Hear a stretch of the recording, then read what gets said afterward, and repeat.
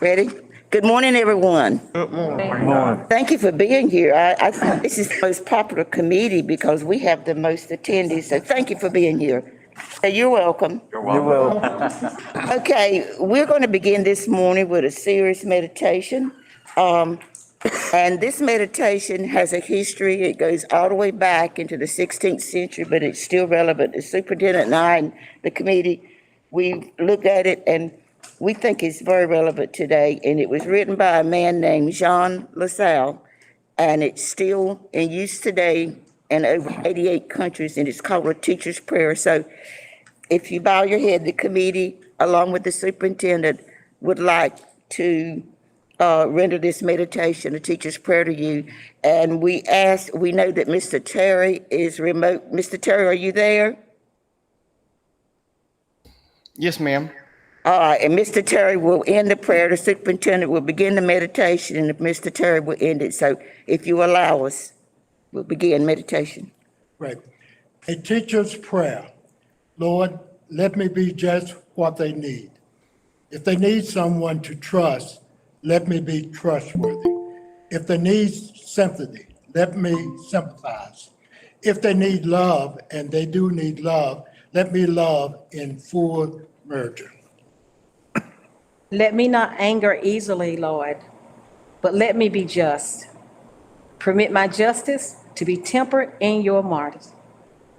When I stand before them, Lord, let me look strong, good and honest and be loving. And let me be as strong and good and honest and loving as I look to them. Help me to counsel the anxious, crack the covering of the shy, temper the rambunctious with a gentle attitude. Permit me to teach only the truth. Help me to inspire them so that learning will not cease at the classroom door. Let the lessons they learn make their lives fruitful and happy. And Lord, let me bring them to you. Teach them through me to love you. And finally, Lord, permit me to learn the lessons they teach. Amen. Thank you. Thank you. Okay, getting down to business. We had some questions, and rather than me, with my limited knowledge of the current process, try to answer those. And our astute committee members thought that we needed a curriculum meeting, and I agree. So without further ado, we will get into these items, and I turn it over to, who am I turning it over to that's going to lead this? Dr. Roberts. And we would say this is a committee request to let them ask questions when they need to, if you would, Mr. Robert. Yes, ma'am. Because it seems more relevant then, if you don't mind. Yes. Mr. Terry, can you hear us?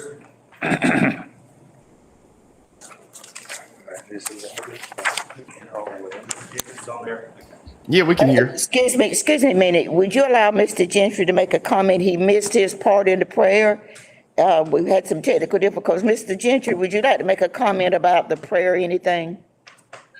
Thank you, Dr. Manuel. I apologize for not being there in person this morning. I got my calendar mixed up, and I do have another engagement with the Anne Marie Gentry Scholarship will be awarded shortly at Lumpton High School. I'm waiting for my children to come in, but I did read the prayer, and I did hear the latter part of it read this morning, and I am in total agreement. And thank you for bringing that to us, and that is the greatest possible guideline that we can have in all that we do and decide. Thank you, sir. Continue, Dr. Robert, if you would. Let me say good morning and welcome. Like Dr. Manuel said, this is probably the largest committee meeting participation we've had in a long time. So we thank all of you for being here this morning. We're going to start out with our Math 1 proposal. And today we have two very special guests with us that I'm going to introduce here in a minute. But this project started probably about five months ago, Dr. Cummings, 6 months ago, right after Dr. Weedsman came on board, and we started talking about our Math 1 results and how we really needed some assistance because we knew our students were having concerns when they got to ninth grade and not doing a very good job. So we just wanted to figure out how we could help our students and most of all help our teachers. So happened to be talking with our partners over at UNCP, and so they came on board and said they would like to help out. So the committee consists of myself, Dr. Cummins, Mr. Baldwin, and of course our guests today, Dr. Floyd and Dr. Mitchell. Dr. Floyd is the Dean of School of Education at UNCP. She's fairly new, so we're welcoming you, Dr. Floyd, this morning. And Dr. Lisa Mitchell is the Associate Dean of the School of Education.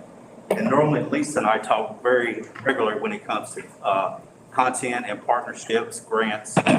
We spend a lot of time communicating back and forth, whether it's email, text, on the phone. So she and I have become very good friends, and great partners over at the university.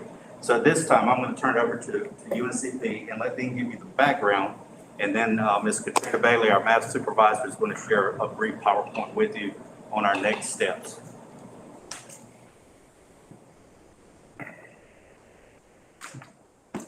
Good morning. Good morning. Great to see you all. I guess this way and they can see you maybe. It is wonderful to be here on behalf of UNC Pembroke. As Robert shared, we have been in partnership really since I arrived or prior to my arrival. And we had the opportunity to collaborate on a number of projects. The one we're talking to you about today deals with Math 1. I attended a state board meeting and results were shared across the state as it relates to Math 1. Then in meeting with the cabinet and our senior administrators, we found that there were some pots of money that were unused. And so I said, I think we have the thing for that. And so we reached out to Robert and started brainstorming. And I think we've come up with a concept that will bring great value to the public schools of Robeson County and ultimately assist our teachers and our students as it relates to increasing their Math 1 scores. And before I go, we bought these lovely journals. I'm going to leave these with you, Robert, so that you can distribute these. We always like to come with not only great information and opportunity, but also a few gifts. So I'm going to step aside. My Associate Dean, Lisa Mitchell, has really put together the nuts and bolts of the project, and she'll walk you through those pieces. I want to share our PowerPoint slides. I guess some of that is in there as well. Good morning, I'm Lisa Mitchell, and I visited some of your schools in the fall as we were doing COVID testing, and this was similar money that came out of those federal funds, and we have $207,000 left over to put towards this Math 1 project. We're going to host the professional development for Math 1 teachers at UNC this summer. So we're really looking forward to having about 40 teachers for 8th grade and 9th grade professional development at UNCP over the summer. And then part of the $207,000 will be, or most of the $207,000 will be used for the textbooks and resources for our 9th grade students, and then hopefully our 8th grade students the following year. You ready for the presentation? Ms. Bailey.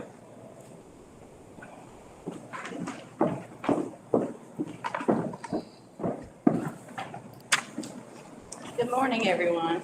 Morning. Morning. So what we would like to do, Mr. Collins, get to the next slide. What we would like to do is try to accelerate our math in our middle schools.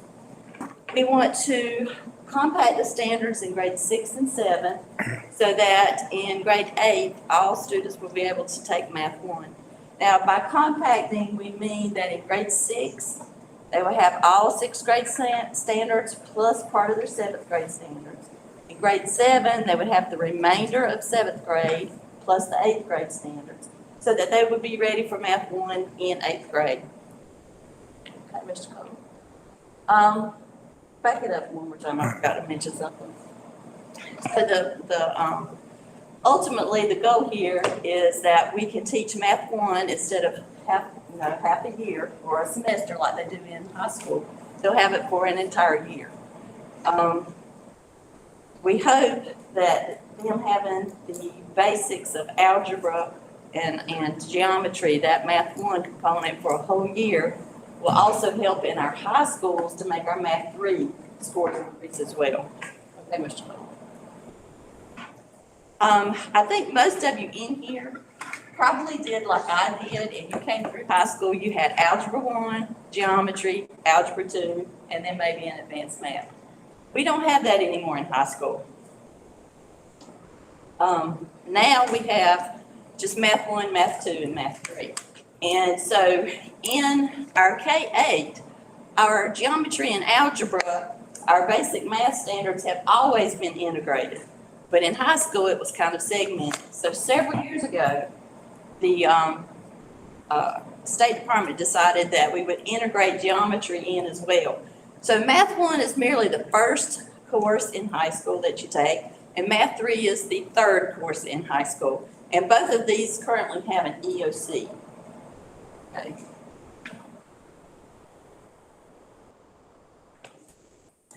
So when we started our discussions, we looked at our data. So you'll see here, we have the last 3-4 years of Math 1 data. You know, early college is kind of the outlier. They always do really well. But you see here that our other high schools really struggle.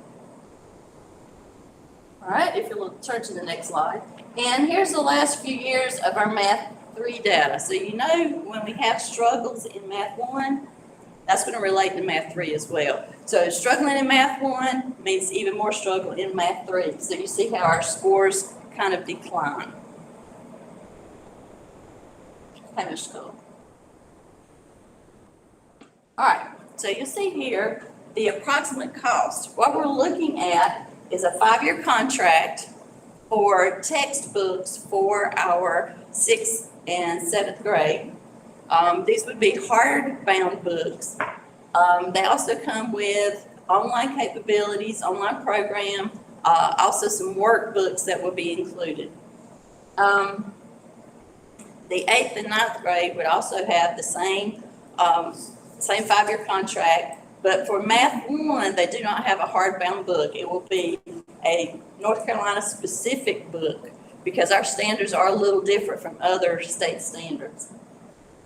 We also want to bring in Mr. Kevin Dakima for a 3-year plan to help our middle school teachers to increase their knowledge of the standards. He will also help us with our pacing guide and writing better lesson plans. And in order to be able to get prepared for all of this, we do need to revise our pacing guides. Right now, our pacing guides are 6th grade, 7th grade, 8th grade specific standards, and we would need to rewrite those so that we show the acceleration that's occurring. And you see there, we have an approximate cost of $659,000. And as UNCP mentioned earlier, $207,000 of that will be coming from their grant. Okay, Mr. Clerk. All right, and here's our timeline. We hope to begin this summer having the company to do professional development for our books to get the 9th grade teachers ready to use those books this coming fall. We also want to include the 8th grade teachers because we do have some middle schools that do teach Math 1, so we would want to include them as well. We then want to spend the whole year preparing our 6th, 7th, and 8th grade teachers for the acceleration to come the following year. And as I mentioned earlier, Mr. Dakima, he's going to be helping us with standards and writing lesson plans for 3 years. And so what's going to happen is we would begin in 2023 with the acceleration for 6th and 7th grade. 8th grade will begin, but they'll be teaching Math 1 standards and 8th grade standards.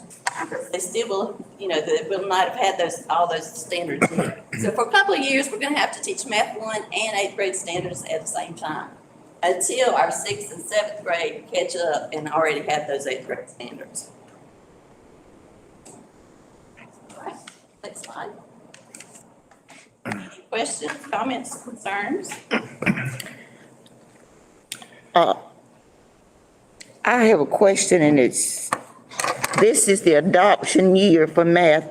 Is that what you're saying? I mean, So you're saying this is in addition to a regular adoption that we have? yes, ma'am.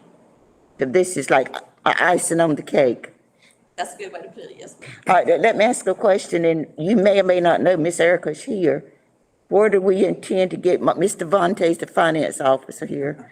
Where do we intend to get, what's the balance, Mr. Vontae? If my math correct, $452,000. Since this is not the regular adoption, where is this balance coming from? And UNCP that so graciously has a grant for the 200 and something. 207. Yeah. Where would the other money come from? Miss Erica was going to look into that for us. She's gonna look into it. We have several program areas that we receive an increase. Part of the money is gonna come out of Leandro, that low wealth money, that the intent of that is to bridge that gap. And so we have the funds identified, and then the supplemental student funding. So we have a fund source that we could match that. You know, as you grow and improve and you create new budgets, the intent of that is that you plan and you spend your money different, and that's what we're doing. But I want us to be clear, the backdrop of all this is that we're gonna ask the board to approve at some point that every eighth grader take Math 1 in the eighth grade. That's a major shift. And to begin that process, you have to look at elementary. We have elementary principals, those math strands. And so Robert and elementary folk, talk about that. And then the high school, Ms. Cameron, you on board.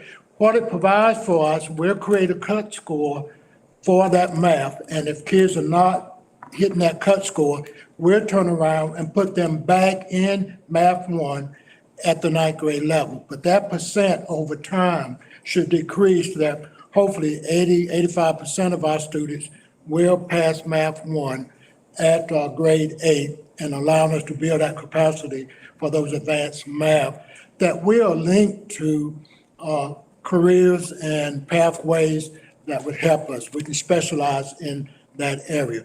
But let's start by talking about the elementary part of this, those strands that show up in the standards, and how do we help teachers to teach that? This might be a Mike, Erica, you question. All the monies that we're allegedly to get, could that not be funding source, Mr. Superintendent, rather than skimming off for 3169, those reliable sources we use sometime to buy, pay janitors or whatever? So ESSA 2 and ESSA 3? Whatever is out there, whatever. Right. Yeah, wherever we can find the dollars, but what we've identified is low wealth and student supplement. For those dollars, that is the intent of that. And we probably look at Title I, wherever we can find the money to do that. And also with the textbook that we normally pay for curriculum associates, maybe additional funds there after we pay that contract this year to offset the cost also from the state textbook fund. I know that there are other areas in the textbook areas, especially the sciences, that I wouldn't want to deplete it. I mean, math is important, yes. But I wouldn't want to deplete it for one core area. So we have some expert principals here with us today. Mr. Jamal Campbell is representing the high school. He's from Red Springs High. Ms. West is representing the middle school from Parkton. And then Ms. Nikki Brooks is here representing the elementary from Rex Renner. But if I could just say one thing about the Math 1 results over the last 4 years, you will see that they have, we start out about 38%, and now we're looking at about almost 31%. So they're not going up, they're actually going down. You know? I understand. So we know that we have to have strong math teachers in those elementary grades, especially in 5, 6, 7, once they get to middle. It is so important. So in K4, if those students are not getting the basic fundamental skills, the foundational skills, Dr. Manuel, we know what's going to happen in 5th, 6th, 7th, and 8th grade. They're not going to be able to grasp those standards and be able to take the standards and apply them so that they can do well on the EOC. And we see that as a struggle. And that's why this project is so important, because if we don't attack it now, and if we don't do whatever we can to help our teachers, the scores are not going to get any better. So we really need support. And that's why the partnership with UNCP, with their math teachers over there, working with our math teachers, and then bringing on the professional development coordinator, Eric, to help us. I think that's going to be a win-win situation for the public schools of Robinson County, because we know our students can do the work. We just have to give them the tools to do the work. Madam Chair, my question, I guess it's for Dr. Locklear, it could be for Dr. Floyd, I don't know. Because you mentioned in the presentation that 40 teachers will be trained this summer. Would that cover all our middle school teachers that need to be trained, Yes, and that's in the actual proposal, Ms. Brennan. that they just passed out? Right. Okay. This summer, it would be 8th and 9th grade. 8th and 9th. Just in eight, That but, will actually be using it but it would cover all of them that we need trained. I by next year, yes, ma'am. I apologize. I'm not neglecting Mr. Gentry and Mr. Terry. I think they have some questions. So, Mr. Terry, raise your hand and go to waving, and Mr. Gentry, if you have a question. So will you proceed, Mr. Terry first, I think?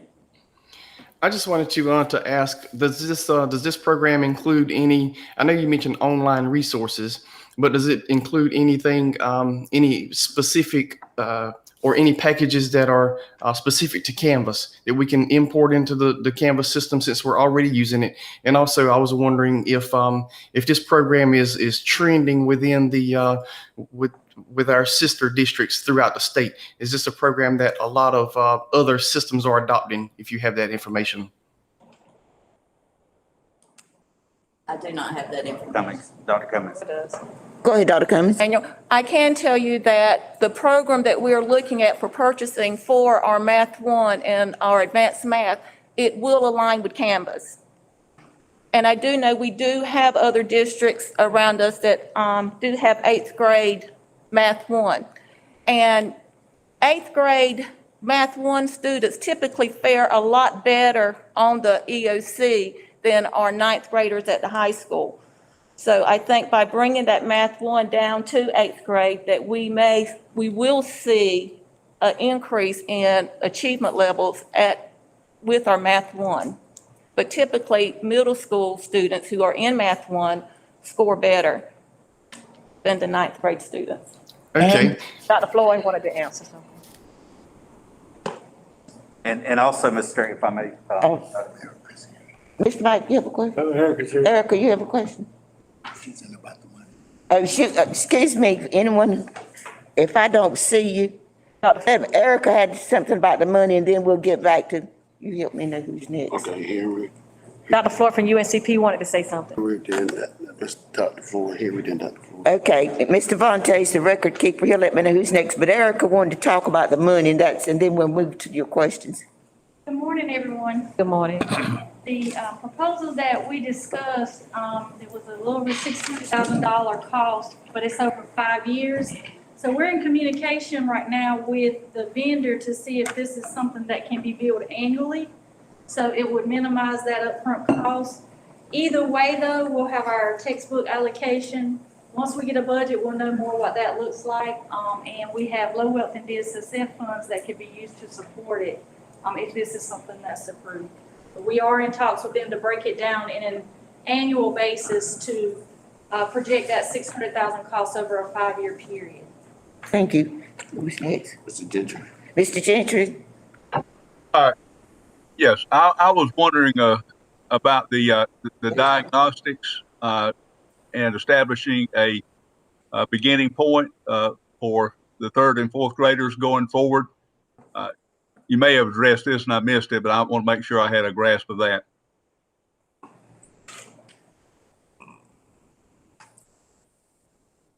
I'm sorry, were you directing it to one person, or you just asking in general? I'm just asking in general. I'm not sure. Speaking of what Robert was talking about. The 3rd and 4th grade will still be using iReady and taking the iReady diagnostics. Okay. Thank you. And also what we plan to do is we're going to be aligning our instructional pacing guide. So we're going to be looking at that 3rd, 4th, and 5th grade standards and adjusting the pacing at the lower levels as well. And we will be revising 6th, 7th, and 8th grade instructional pacing guides. But our lower grade pacing guides will also be addressed so that we can enhance the math also at those levels, to have them prepared for when they do hit that 6th and 7th grade for the advanced math. Excuse me, Mr. Brewer. I was wondering if you had an assessment plan built in, that you periodically could identify the achievements and also the teacher or faculty needs to better understand the diagnostics of what it takes to move from A to B. We will still have iReady, so iReady diagnostics will still be given.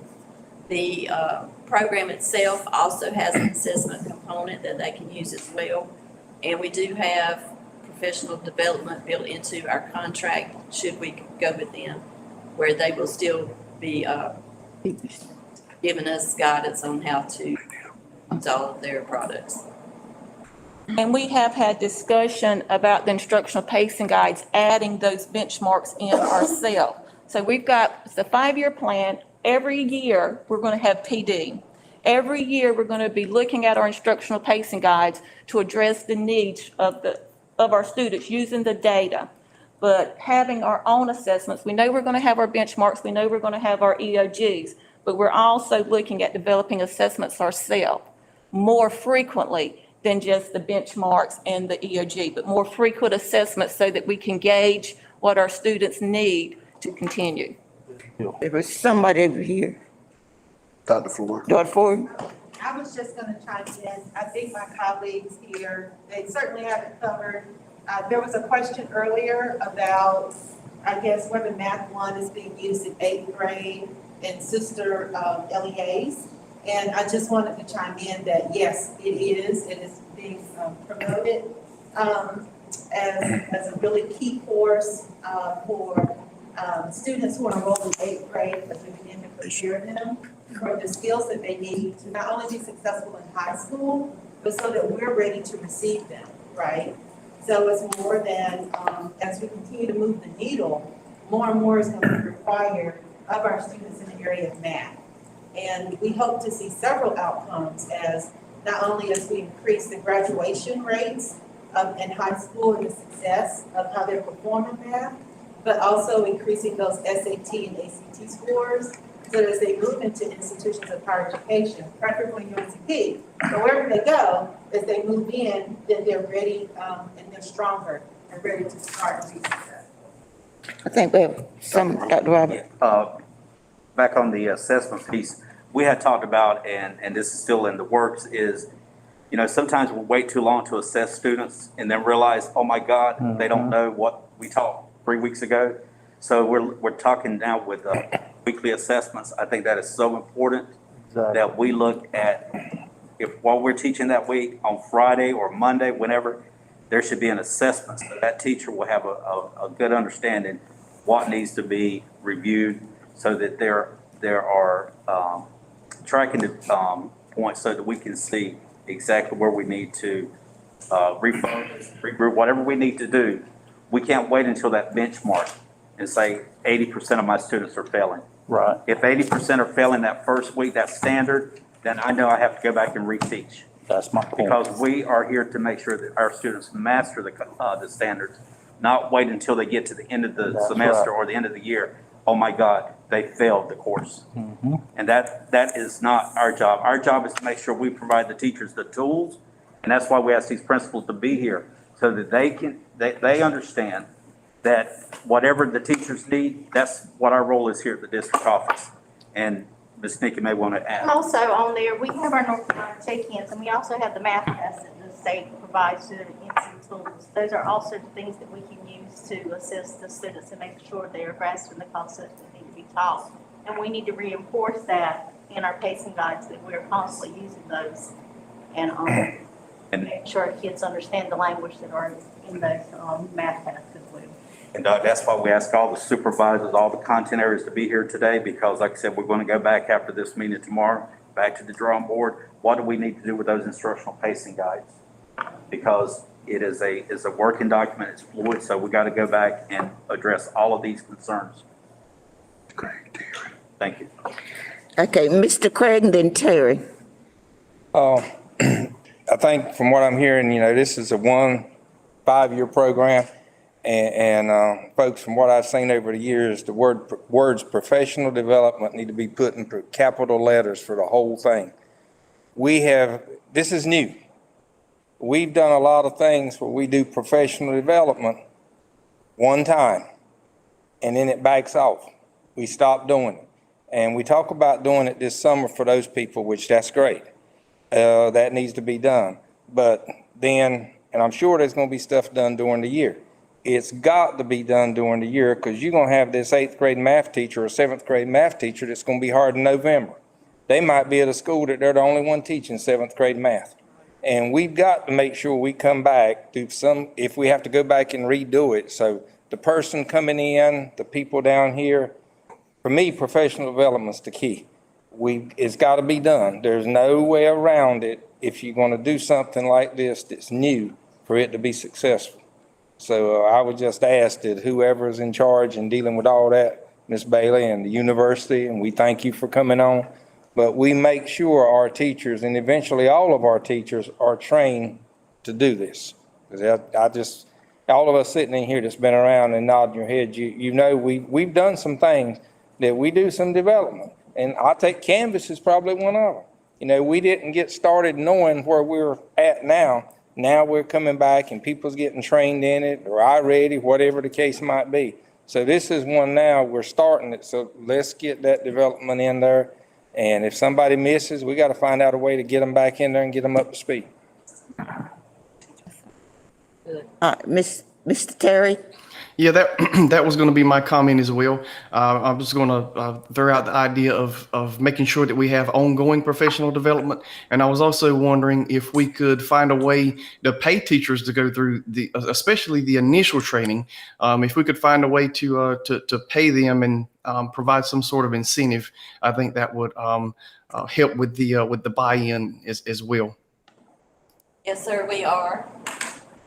Anytime that we train other than during a regular work day, we are trying to find funds to pay them. Yes, sir. Is that the same? Is that the same case if the scenario comes up like Mr. Craig was mentioning? If somebody starts in November, can they be paid to go through that as well? We would try, yes, sir. Okay. And it may be the case that if somebody starts later in the year, I would have to go out and, do a one-on-one with them to get them caught up to where we need to be. Okay, thank you. We have one more question. Dr. Williamson, Dan Robert. Dr. Williamson? Yes. I want to go back. We've mentioned 8th grade math, and Bobby helped me. Historically, the 8th grade math was not connected to anything. So it didn't really support the upper maths, 9th, 10th, 11th grade math, and that was a concern. And then historically, kids did not perform well on the EOG for 8th grade math. And so in reality, we set kids a year behind by sticking with 8th grade math. And so that's part of the reason for the change, that we need to do that and include the elementary part of that. Someone made reference to the textbooks and that. This information really moves us to application math or applied mathematics that kids learn better. It's not standard. We reviewed the textbooks that we're going to use, but those books are written in an applied mathematical perspective. So kids will be assessed weekly, daily. The requirement's clear. Kids, and we integrate literacy because everything drives through literacy. If you get a chance to look at materials, it's clear that literacy is a part of that we encourage kids to read, to understand, because the issue we're suffering is multi-step problem. Kids cannot do all the way through with multi-step problems, and we know that's a reading issue. This material really encourages that more, and then to direct kids how to apply the mathematics results. But it's applied mathematics, and every recommendation says that's the best way for young kids to learn math.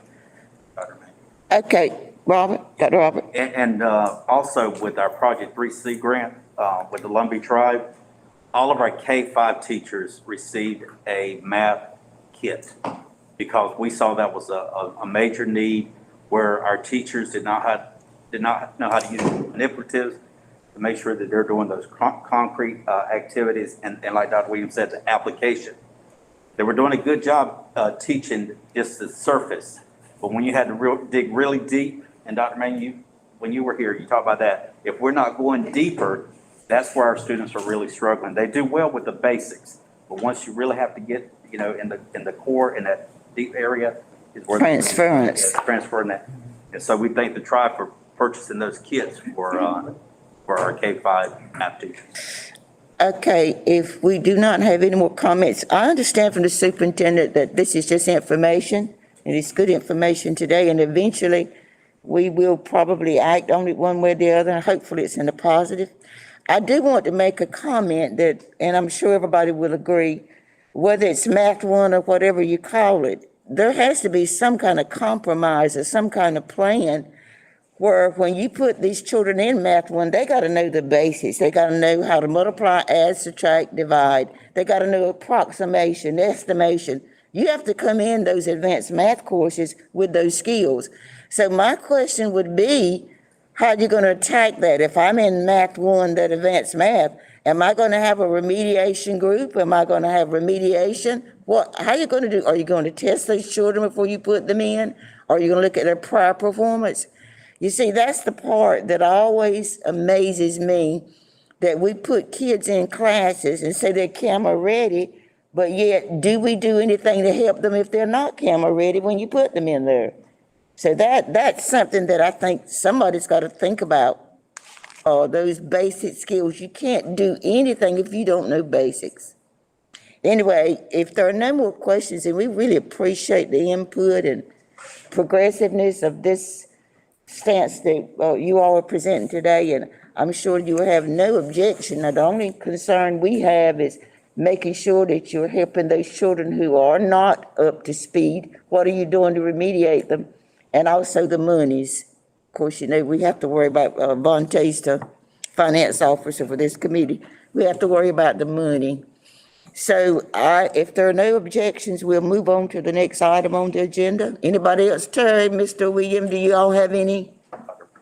Or Dr. Floyd, anybody have any? UNCP, thank you for being here and bring us some more resources. Yeah, honey. Thank you so much. Mr. Treasurer, money, asking for money. Dr. Emanuel, Yes. the piece in there that they talked about the language and students not understanding.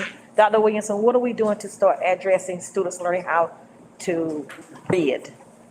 We had spelling bees when I was in school over 15 years ago, and don't nobody go any higher. However, we read out loud, and students to me seem to learn better when they read out loud. Sometimes they can't comprehend what they're reading because they cannot pronounce the word, and it looks like a different word to them. So what are we doing concerning that? Okay, our reading program, Letterland, is really doing an outstanding job because kids do what they hear and they learn that way, no question. There's a pictorial part of that they can identify, and probably need to ask our elementary principals to answer that question better than I can. There's a verbal piece with Letterland as well, but I think that as far as the reading aloud, I can tell you on my campus, even my fifth grade teachers, when they're doing children's novels, our children are reading aloud. So I think that whether or not the teacher chooses to incorporate that as an instructional strategy, a lot of times that is very beneficial. And not all do, but I think many of our teachers do. But I will say, as far as the Letterland program that Dr. Williamson mentioned, and that starts in kindergarten, that starts preparing them Right. For that piece. The other thing that I would like to just say, as far as I was sitting here listening to the information that we were getting, Dr. Robert made a comment about formative assessments. And one of the most important things that you can do is formative assessments, because teachers should be using data on a weekly basis to drive instruction. And they're not going to know where their instruction needs to go unless they have assessments. And that needs to be done on a weekly basis. It doesn't matter what subject you're referring to. Okay. It needs to be done on a weekly basis. Yeah. And that is a huge piece for a teacher. The other thing that will need to take place, if we do this program, I'm glad to hear that we are going to talk about the standards in the younger grades. That's going to be important. We're going to have to do some broader vertical alignment, because our teachers below those middle grades need to know where is the thread that will connect the curriculum. I mean, even in kindergarten, what is connected to what they're learning above? Those teachers need to know that. Their PLCs, a lot of PLCs need to be surrounding that type of thing. The collaboration on the campus has got to be the vertical alignment piece in order for every teacher before 8th grade, when they get to Math 1, to be teaching what the standards are, but also to know what my baby needs to know that will help prepare my baby for even if it's 2 years down the road. So that's just kind of a principal opinion, really, but been doing it for a while, so. But that would cover the language piece that he mentioned earlier. I think that could benefit and it could help. I'm not saying that it would be an end all. It'll help them. But it certainly would, yes. Good point. Thank you. Good point. Vocabulary is key, especially in the high school. We really stress our vocabulary words because they need to know these words that they're going to see on the assessments, whether they're state assessments or weekly assessments. They need to know those. And so our teachers are doing a great job of introducing that vocabulary from 9th grade on up, especially for the ACT. We really try to stress that as much as we can, those words that they're going to see. And so that helps. I know all of our English teachers, they do the traditional reading out loud. It's helping those kids so they can, get the vocabulary right, understand what they're reading. And the teachers can actually catch to see if they're understanding the comprehension is there and mastering those concepts and goals. And I really just want to piggyback on what Ms. West said, that I think with the investment of having Math 1 and 8th grade, we're going to have that thread there now. That literally you're going to be able to build upon each other. For years, I know we said that, we're preparing for the next one, but there really was no connection there. Now we're about to see a connection. And I believe as our neighbor communities are adopting 8th grade and Math 1, that we're putting our children in Robinson County in step in line with other people so that we can set them up for success as well. And I think it's a great investment that we're going to make for our students in Robinson County. Y'all, we could talk all day. I enjoy it, and everybody does, but I sort of gave a commitment of about 90 minutes, an hour and a half, because of everybody. So we probably need to move on and get to our other topics, if you would. Good job. Okay, we'll go ahead, Doctor, move on to the school extension, learning recovery and enrichment programs. And this, we will have Dr. Cummins and Mr. Zach Jones to share. And then Dr. Robert, let me tell you where a little bit of confusion is coming in. There are, if you would clarify a statement, there are 2 programs that we're working with. We have a summer school program, which begins blah, blah, blah, it ends blah, blah, blah. And then we have a virtual program, which begins allegedly when school starts. And I'm hoping that this virtual program will not happen. I'm hoping the governor will say, everybody's going back to school. and it goes in the trash can. But anyway, I think that what's happened is those two have been mixed and confused. So if you would just, So what Dr. Manuel said is our summer, what we call our summer learning camp or summer enrichment camp. This program is going to run from June 7th until July 30th. Okay, this is the summer enrichment camp. That's what they're going to cover, Dr. Cummins and Mr. Zach. The virtual instruction plan will begin August the 23rd. Okay, two separate plans, two separate programs. One is summer and one is the fall. Okay, and that will begin August 23rd. And like Dr. Manuel said, hopefully we won't have to, but I don't know what the governor and all that's going to happen, but we're going to be prepared no matter what the case may be. heard anything. Okay. All right, so Dr. Cummins. I'm going to give just a very short review of our summer learning recovery and enrichment camp. The purpose of our summer recovery and enrichment plan is to provide in-person instruction to increase academic growth due to the loss of instruction that we have suffered. We also plan to include SEL, which will help to build confidence and positive attitudes for students due to their lack of social interactions during the pandemic. It's also going to be an extension of the school year, and we're going to be providing our EL and our EC students with specific instruction to meet their needs as well. Our schedule for our summer school, everything is going to be aligned with, of course, House Bill 82. They're the ones that is where we get our guidance from for our summer school. Our high schools will have a 6-week summer program. Our pre-K-8 will have the 150 hours, which is also allowable under House Bill 82. We plan to start our pre-K-8 June the 14th through July 30th, and we will start with our high schools June the 6th. The student day will be from 8 o'clock to 3:30. For our pre-K-8, we know with our high schools, it's going to be very flexible.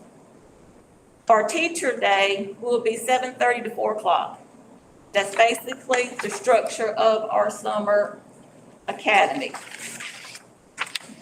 The overview of the personnel recommendations have been forwarded to the Human Resource Department. Our plan calls for a 1-to-10 ratio. And we hope to employ 1 teacher assistant for every 20 students in K-3, as well as TAs for our EC children. And Mr. Jones will talk about the overview of the curriculum for our summer program. Dr. Darling, before he begins, I think we all agree that the curriculum is strong, what you're doing. We agree on the dates that you all were doing. We agree on everything you proposed in here. I think, and I want to go ahead and cut to the chase so it won't take us all day. Let me tell you what the issues are. The issues are we haven't heard a support piece to it. So if you would address that, first of all, we haven't heard, let me read some things to you all, that the concerns that have been given to me, okay? The names of the students, these are your successful students. In other words, identification numbers of at least 85%, they signed on doing the virtual, and they're fine, so they're okay. All right, we don't need to know. I mean, just you all know the percentage of. All right, the data is the part that the committee hears nothing about, and we've asked about the data. All right, the second part, and this is critical, this we think, and you correct us if we're wrong, if I think it's wrong. The second one, the name and percent of students sign in less than 25% of the virtual time and still not attending school, okay?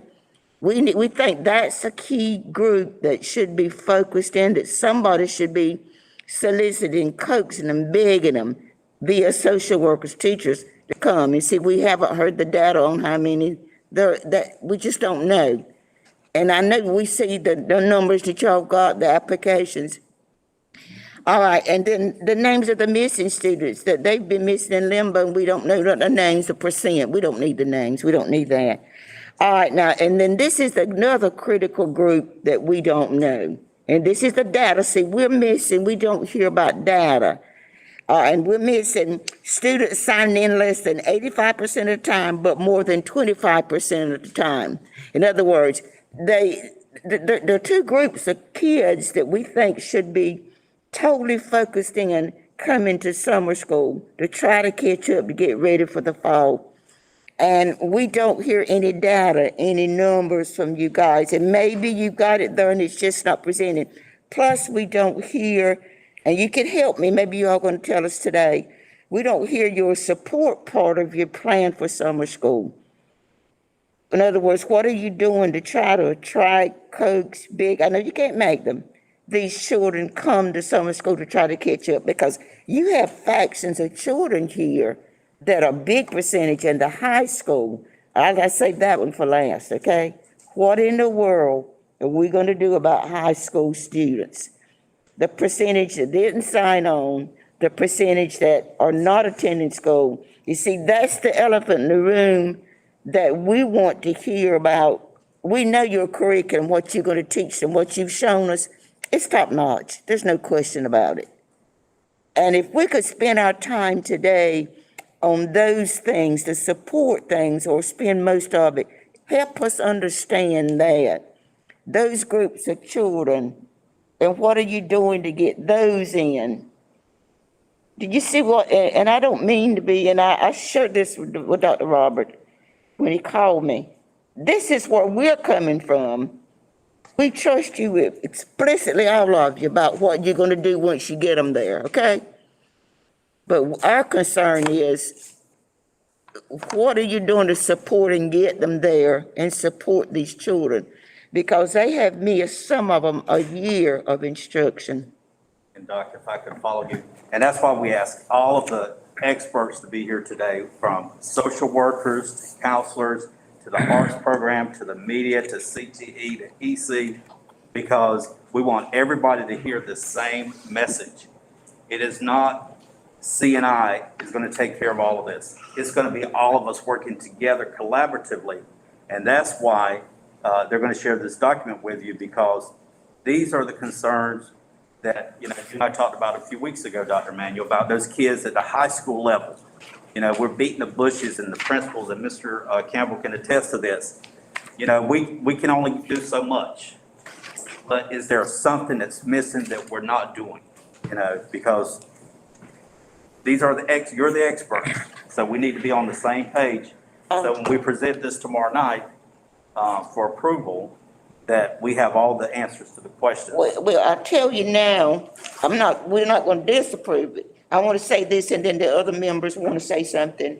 You've got to have some kind of support, something, and show us some data about these groups that we've talked about today. In high school, it's alarming. It's critically alarming, the numbers. Got to do something with that. We can't just say, whoopsie-doo, we got a wonderful plan. We don't have the bodies, the children coming to school. That's just it, or the children signing on. And the high schools now, if I'm wrong, Mr. High School Principal, you can correct me, but can the other committee members say their concerns before? And then, it's not the doubts what you're doing. Remember, you've done an excellent job with what you're going to do once you get them there. What we're concerned, how are you going to get them there that hadn't been there? So this plan, hopefully, Doc, will answer a lot of the questions. Okay, that good. the committee members- Mr. Vontae and some more have some comments before. I'm good. See if Terry and Mr. Gentry got. Terry, do you and Mr. Gentry have any comments? Yes, and what I am going to suggest that has probably already been done, and that is to create attendance profile for every student, and obviously a starting point would be those who have had most absences in terms of making a direct contact with the student, and hopefully ideal with the parent as well. That, in my mind, that would be the obvious starting point. We do know is there's been extensive outreach from our schools to our parents. Our guidance counselors, our social workers, our YDS, our administrators have put together a list. They have made contact to those students that did not show up for school. And I'm talking about pre-K 12. Now, to show you the data, I'm sure they can show you at the individual schools where they have made the contact, where they have those lists of students who didn't show up, those who were there only 25%, 50% of the school day. But I know we are looking at over 7,000 students already for our summer school, which is not where we want. We want a lot more than that. But that tells you there has been some outreach to get our students into our summer program. But I'm going to let Mr. Campbell talk to you about the high school because I know that is a critical component. Let's hear Mr. Vontae's question, then we'll hear Mr. Campbell. I got a question that's been asked to me, and I think it's another elephant in the room.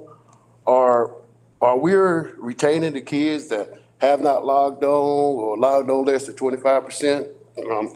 That's number one. Number two, it's about what if they come to the summer program, will we pass them? So that's a lot of questions that I've been getting asked a lot. Now, Mr. High School Principal. Well, just want to say, as far as the outreach, when we first learned about the summer program, we want to address the learning loss, of course. And so the first thing we want to do is look at those students, yes, who have not logged on. Those students who are inconsistent in logging on. Those students who are actually doing poorly in those assessments and in their classes. Those are three areas we'll look at first. And so we had a whole team approach, guidance counselors, our YDS, social worker, our ISS teachers, the regular ed teachers, the EC teachers, all these components were identifying those kids. Then we had to I asked my teachers to call the parents, let them know what the program's about. As far as the incentive wise, the high school will have 2 programs running this summer. The first program is credit recovery. So that's those students who are failing. They will attend the June session. If they attend successfully for 15 days, they will actually earn those credits if they fail.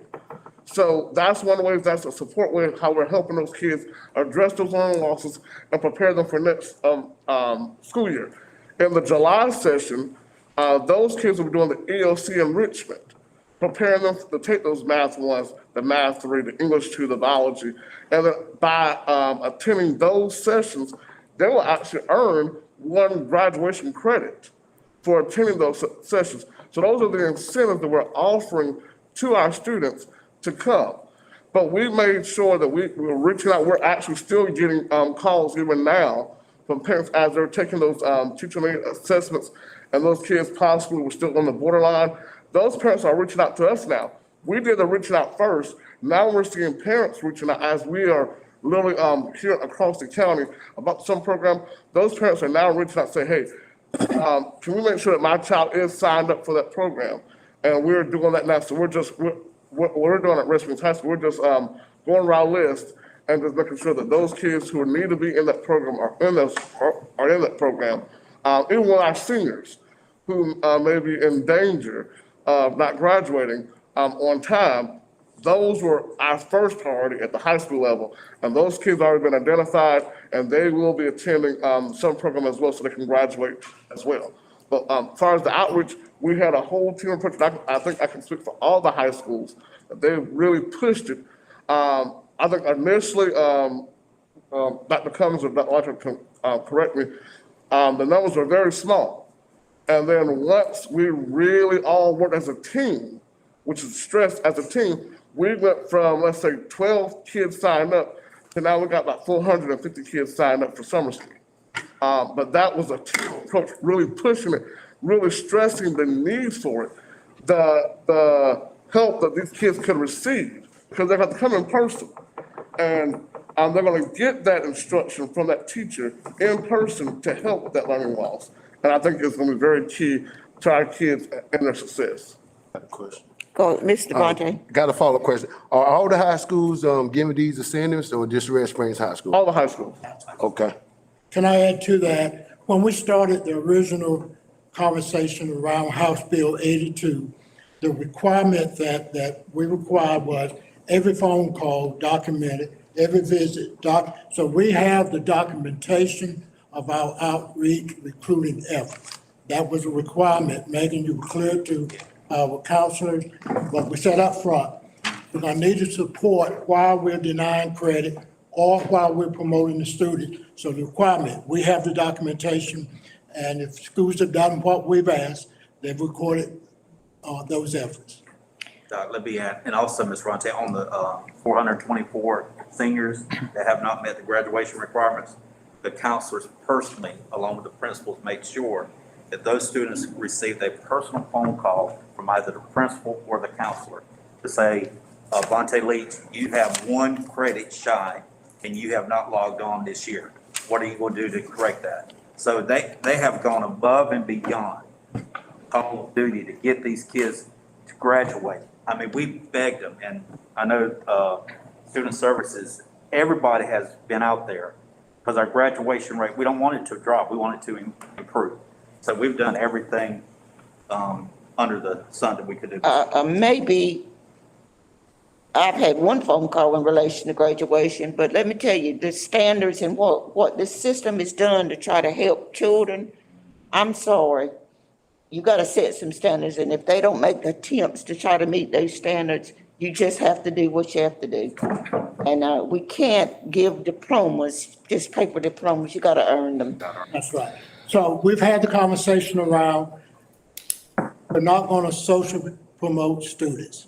So those students who have not been engaged, after our attempt to engage the students, we're going to have to retain them and deny credit.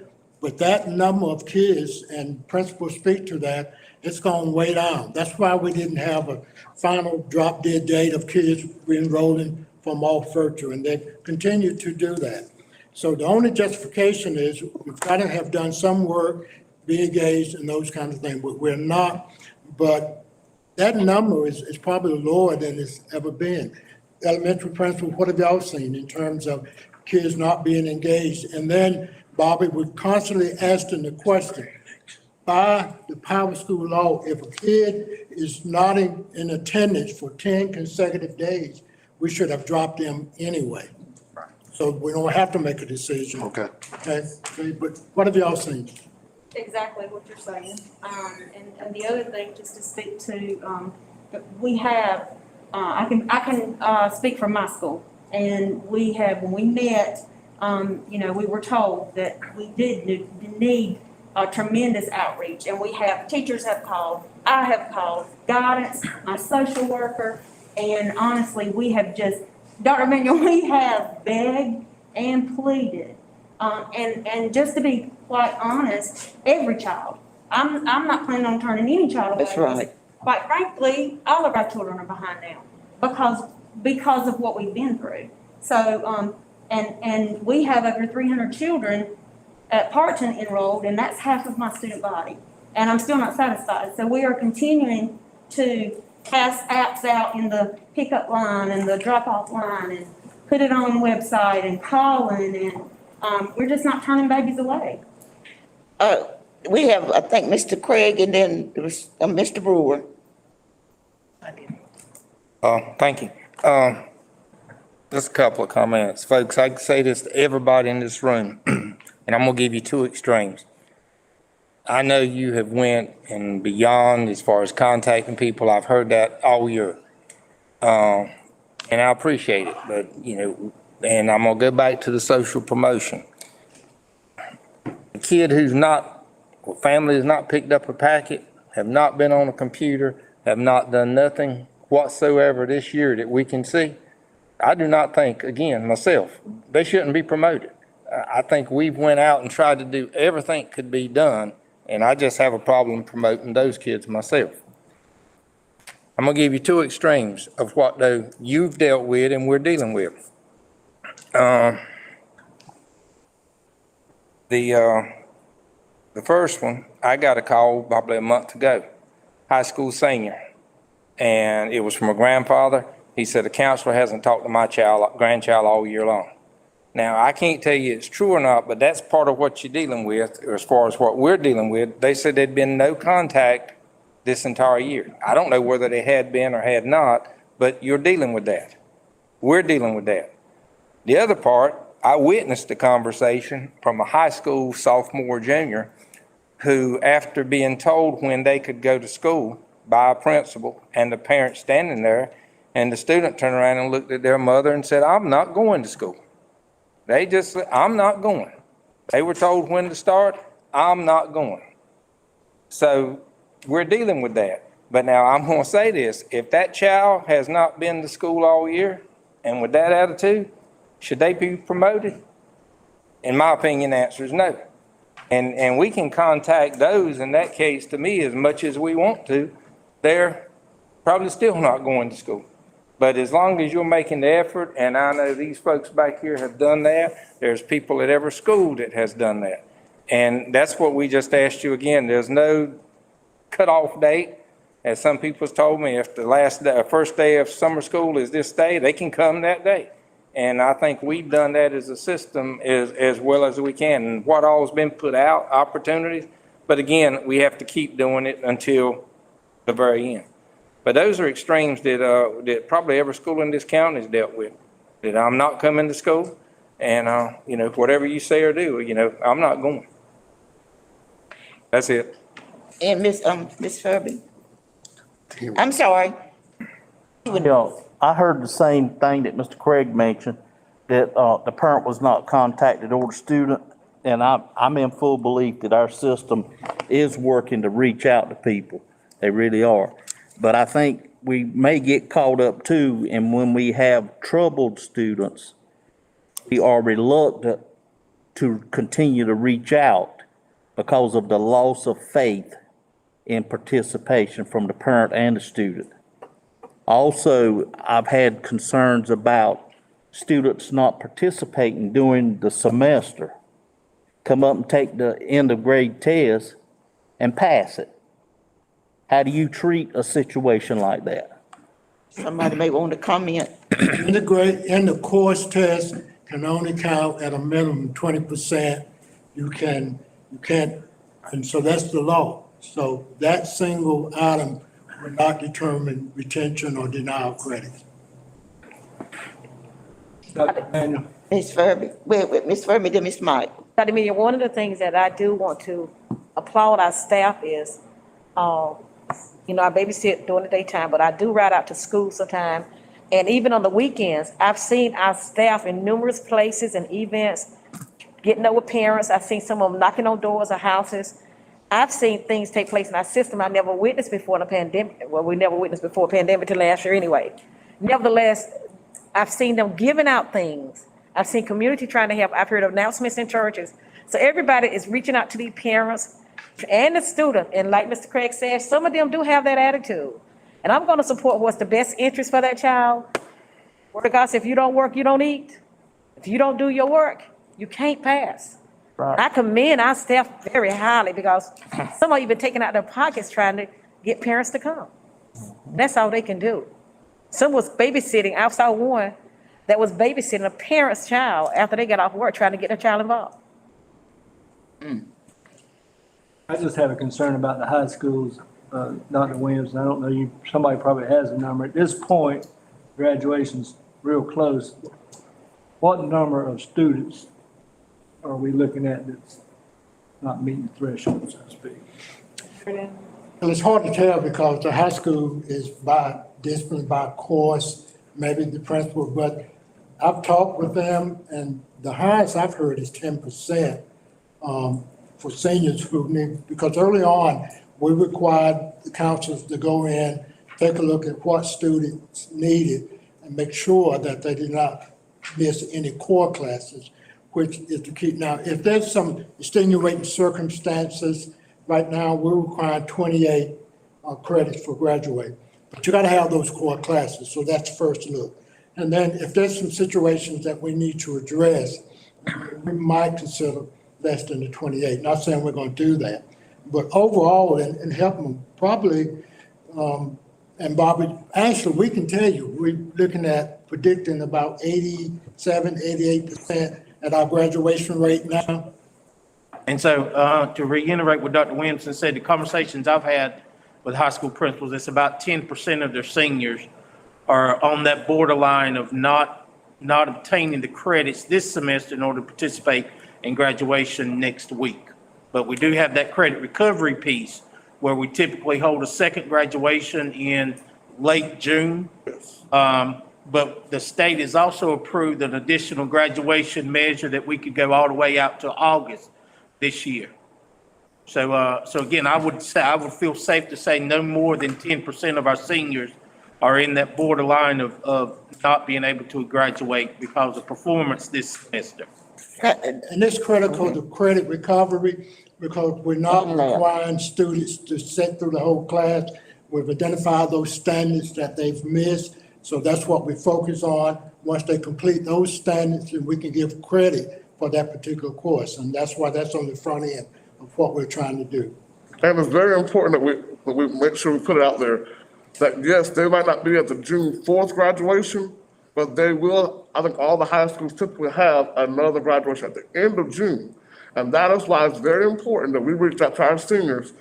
We had a list of, and then some of those students actually came off that list because they completed those requirements by the deadline. They had, at our school, we had senior contracts, that those kids that we already identified early in the semester that were at risk, as they worked to progress and meet those requirements for that contract, they met those requirements and they're off that list.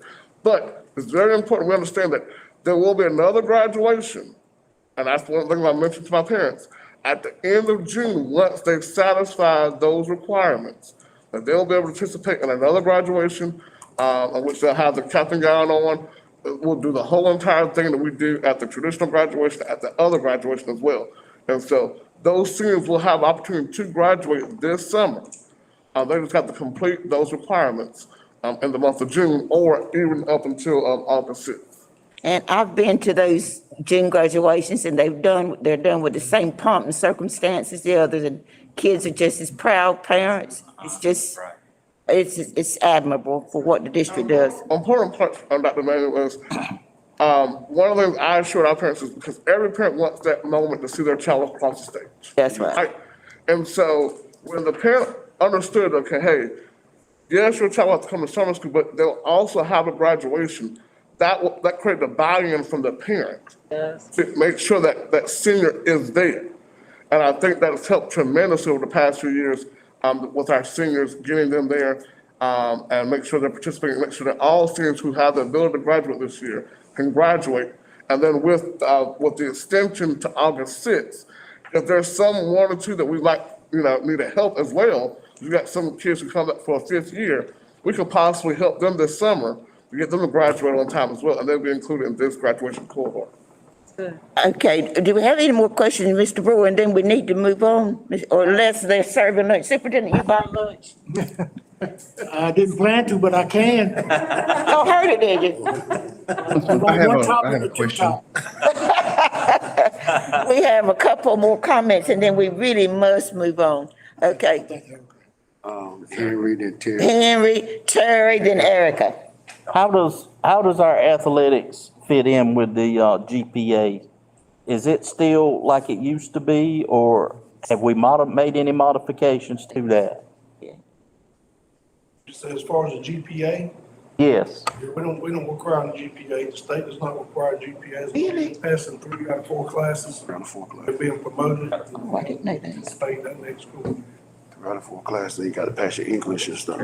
So again, we verify eligibility for athletics. So somebody has eyes and hands on that we're not playing kids who are not eligible to play. Attendance is part of eligibility also. Ms. Terry? I got a couple of quick questions. Do we have, or are we going to have a minimum enrollment for summer classes? A minimum enrollment. Minimum enrollment for summer classes. No. What about combining schools if we did? The lowest number we have at this point at a school is 77. We had a conversation this morning about that. we'll probably operate that school because what we know is gonna happen, once we open, they're gonna come. So no. Okay, well, I was thinking, okay, that's good. What about per class? Any thought, any consideration? 10 per class. 10 per class, okay, that sounds good. So going back to what Mr. Craig was saying earlier about, about some sort of standards or, in thinking about this social promotion piece, is there any way that we can come up, or is it possible to come up with some sort of district-wide standards? So if you didn't come, or if your attendance was this percent and you didn't make these scores, and you didn't get these sort of grades, then you're going to be either required to come to the summer school for credit recovery, or you're just going to be held back.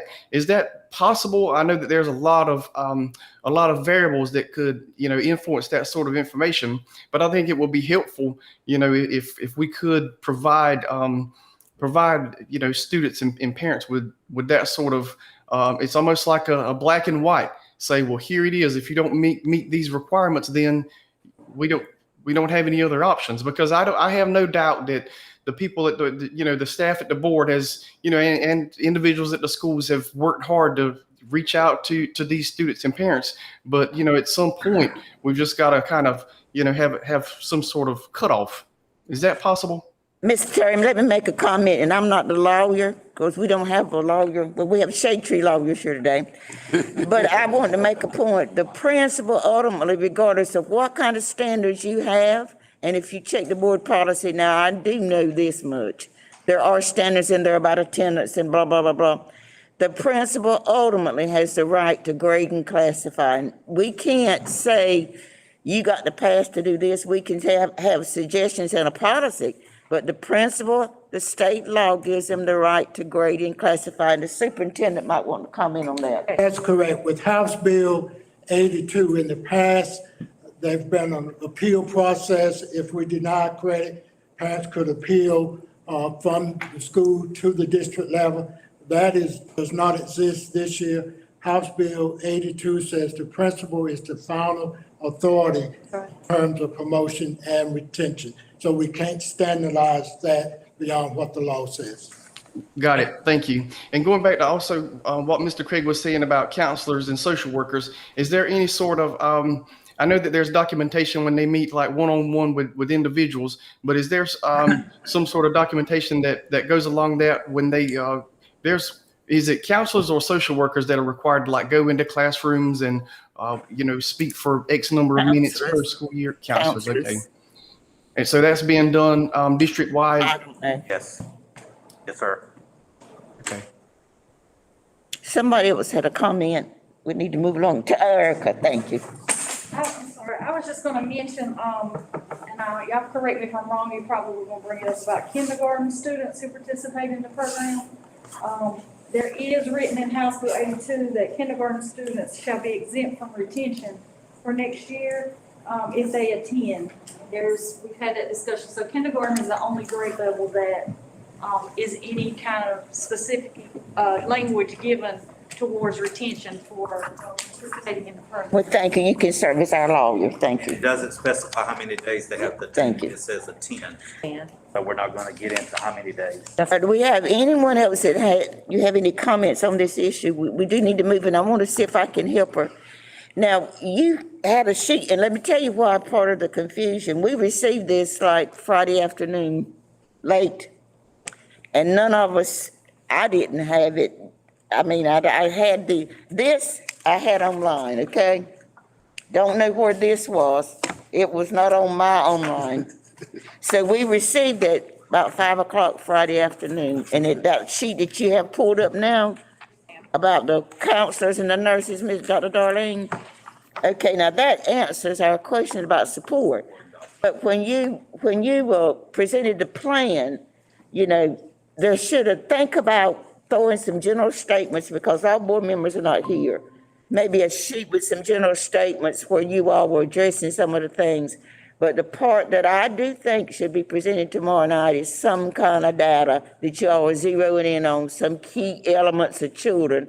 This group that didn't do this, 25% high school, blah, blah, blah, blah, blah, blah. I think that, in my opinion, and listening to the other members, that should be presented tomorrow night along with this plan right here. And I do want to make the statement that our resource staff are instrumental, of course, in getting our children to summer school, our program, but they're also going to be instrumental in keeping them there. So when they don't show up, they're going to be boots on the ground, making those visits, finding those students that didn't show up. But also, they're going to be out there when a child shows up for 2 days and don't show up for the 3rd day. And they're going to be out there finding out why that student is not back in summer school. So they're going to be serving dual roles, getting the students there and keeping the students there. Okay. And I do want to clarify, the summer learning recovery program is face-to-face. There is not a virtual option for summer school. You must be in the building, face-to-face. No exceptions. No virtual, right? Can we ask you about the staff one more time? Not names, because we don't need, I know that's not legal. So we are assured, as this committee, that the staff will be certified in their areas of teaching, Yes. and they will be placed in their areas of teaching. Right. Okay. Good question. Everybody's happy with that. Yes. Now, I don't have any questions. Now, the question that we need to move to just briefly is this, and the superintendent may want to address the governor. Right. If what he's heard or hasn't heard. We're hoping as a committee that everybody has to come to school when school starts. We're hoping that happens, and then that would alleviate all this confusion. But maybe he can address what he's heard. And if anybody has any virtual, who's supposed to talk about virtual? Mrs. Sinclair. Okay, maybe the superintendent would like to address what he's heard. We can at this point, if you applied for a standalone virtual school, meaning a separate school number, then that's the option for kids in your district to attend. If you do not have, and we did not apply because the issue was how do you staff that? They were issuing a number, but no additional personnel, so we did not apply for that. In Senate Bill, 354? 54. 654, there is language that says that we do not have to provide a virtual option, but that bill seems to be dead. So the opinion of LEAs and superintendent says that we have to provide a virtual option, but we can limit the percentage of kids that we admit into that. So that's what we're going to talk about, is our virtual option. But at this point, it seems like we have to provide that choice and that option. Come beginning of the school year. Beginning in August, yes. Ms. Erica, Mr. Bobby had raised his hand a while ago. Do you still want to comment? No, I was going to mention about retention, but we're good. Okay, Ms. Erica. Just follow up on what Dr. Williamson was saying too, as part of it not being a requirement, but districts are considering as an option, because you do have a small pocket of students who are thriving in a virtual environment, and you want to be cognizant of not losing ADM. So if we were to say we're not having a virtual option and there are kids that would qualify based on this criteria and be a part of that, and they could go to another district and be in their virtual environment. We just want to be competitive with the other districts to minimize loss of ADM as well. That's another component. I think too, what you have to consider, and I agree with you to a certain extent, then we would be faced with, you discriminating me, I want to go virtual. I don't know whether you opened the door, and I understand totally what you said about virtual, but you have to weigh the percents, I guess it would affect. I'm a little confused a little bit, Dr. Emanuel, Dr. Williamson. You said that it's a House bill, Senate bill, that it hasn't actually passed. It has not passed that would have eliminated the virtual option unless you had a virtual school with a separate school number. But that bill has not passed. That's why we think that we have to, so we won't discriminate, provide an option, but we can limit the percent of kids that we serve in those courses and classes. So theoretically, say Hope County or Scotland County or somebody follows suit, and Eric mentioned like some of our kids say, well, we don't have it, or we're not going to implement, or whatever, they can log on to another LEA close by. Well, you have to go through the process of being released from Robinson to, and the receiving district have to accept them. And then, of course, superintendent will have an option to deny that request. And I'm not sure that the virtual option would be justification for releasing students. You also have to remember, we have 2 independent virtual programs that the state runs where their kids could apply to that. There are 2 virtual charter schools that the state runs independent of for all districts that they would have access to as well. We didn't offer or meet their needs for a virtual environment. I guess too, and this is personal, not the committee, I would have to weigh the percent of how it would affect negatively and positively. You know, if we had a choice, do you go virtual or not virtual? Next year, if the governor gave us, the law legislation gave us, I would certainly vote to open the schools, just me now. But I understand what you're saying. Okay, let's move on to, would you, Ms. Sinclair, you're gonna give us a quick shot, okay? 3 minutes. Good morning. So I am going to give you a brief overview of the instructional plan. I will say that the process for this, we drafted the plan, we went over the plan with the principals after giving them time to look at it, addressed any questions, concerns that they had. They were allowed to take it back to their staff, and if they had additional questions, they would send those to us as well. So at this point, I feel like everyone has been involved in the process, and we're all in agreement that this plan is a good option for our students. So the overview of the plan is that we're only providing a virtual instruction option for students in grades 4 through 12 next year. Students in grades K through 3 are not eligible. And we did that based on the amount of time that they have lost over the last couple of years, as well as knowing that those are the most formative years in that student's education, and we need them on campus in order for them to receive the instruction that they need. Can I ask, we have the elementary principals, you agree with that? At least. I would be one of those that said K-5, at least in third grade, I mean, definitely. And so with that, we have still limited each school to only 10% of their population. So they can only enroll 10% of their entire student population into instruction. Okay? Now, when we talk about how that kid is eligible, there are specific criteria that are put in place, and it's to make sure that we have the students that can thrive in virtual school actually enrolled in the program. So they must have maintained an 80 or above for this entire school year. If they did not maintain an 80 or above in all their core subject areas, they are ineligible to participate in the program. They also must be in compliance with the attendance policy that we have in our policy manual. So if they were one of those students that did not attend class 50% of the time, they are ineligible to attend virtual instruction next year. For our students must have a reliable internet connection because the district will not provide internet access next year. They will be provided a device, but they will not be provided internet access. Students in grades 4 through 5 must have an adult at home with them during the virtual instruction day. So they cannot be at home alone. They cannot be at home with just another kid. They have to have an adult there to help them participate in the virtual instruction. And Dr. Emmanuel? Yes, ma'am. That's my concern right there. Because some parents work and they have an older sibling in the home. So I think that's gonna be our major concern, is having an adult in that house. When someone in high school, by law, babysitter age, I think that's gonna be one of the problems, Mrs. Sinclair, that we're gonna end up having from that. But if we're going only 10% that's going to be accepted anyway, I don't know how you all would derive with that criteria. And the other part about that, even when we're talking about the sibling, that sibling is gonna have to be eligible as well. So if that sibling is not eligible, then that sibling can't even stay at home with them. So what I'm saying, okay, thank you for saying that. So you all already have something in place just in case this does come up.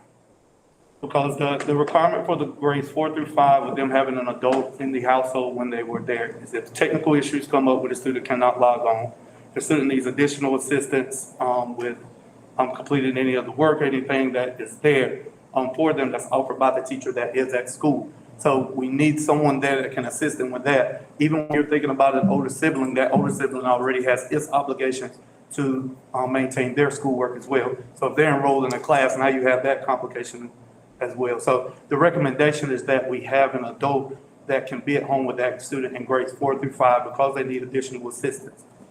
And another reason for that is for that adult to make sure that that child is up and for them to realize that they're going to be online all day. So they're not going to be on for 2 hours, then they can go take a nap. So we need that adult there to make sure that that child logs on time and stays on during the day for that instruction. Madam Chair, follow up, and I understand the reason. That's a good rationale. However, I don't want it to look like we're going to get any discriminatory issues. So I do like that 10% status put in there, but I do know we better be prepared in the event that they don't. So we need to promote them bringing them back to school. Right, yes. As much as possible, because I can see a discrimination lawsuit coming out of this. We had a conversation around what's the definition of a guardian? You gotta meet that definition, and most, if you can't meet that definition, because part of it is supervision, and then the parent part of that. So we spent time on that, because we know that's gonna come up, that for high school kids. But the law bounds us, because if we need to share academic information, that whole piece has to be a parent or a legal guardian, so they've gotta meet that definition. And what I mean is,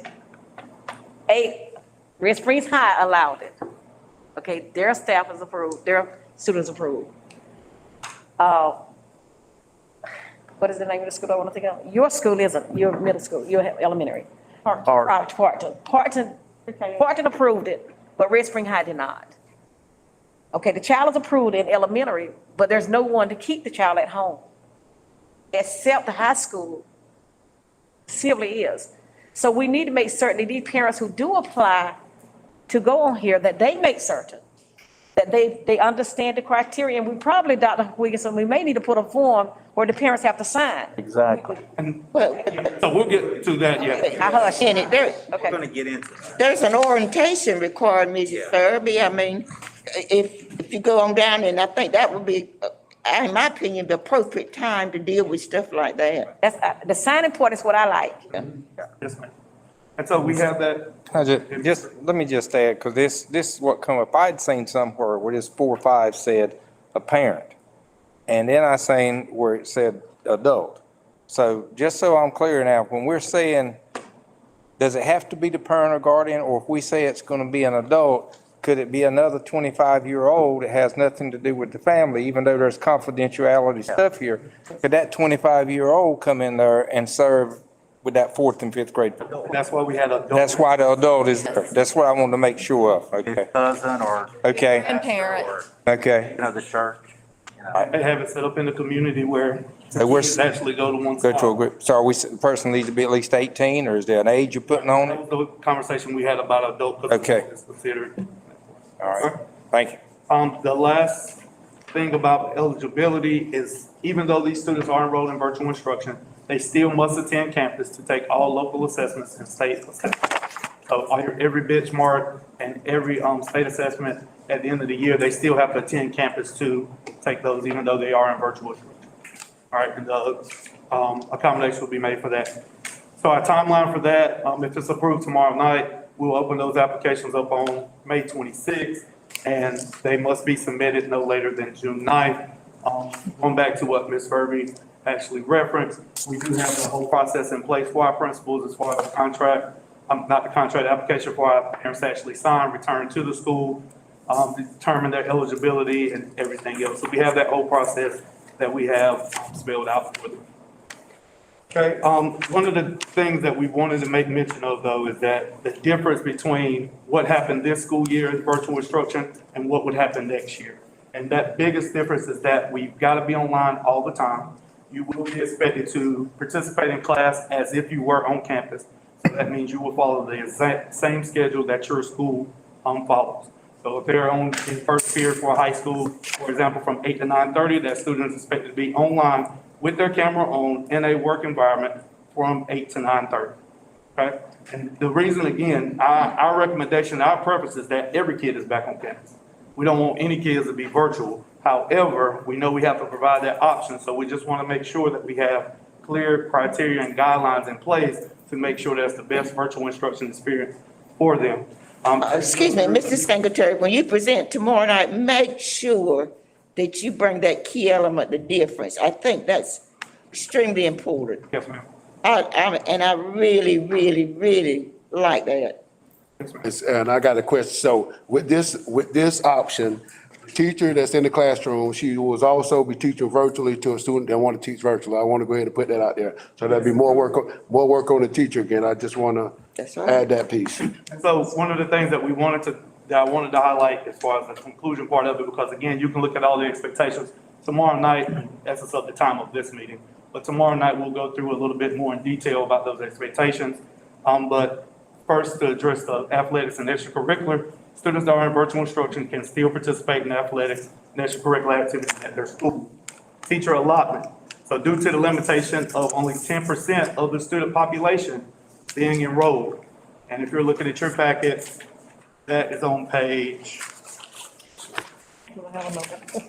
7. There's a slide there for teacher allotment.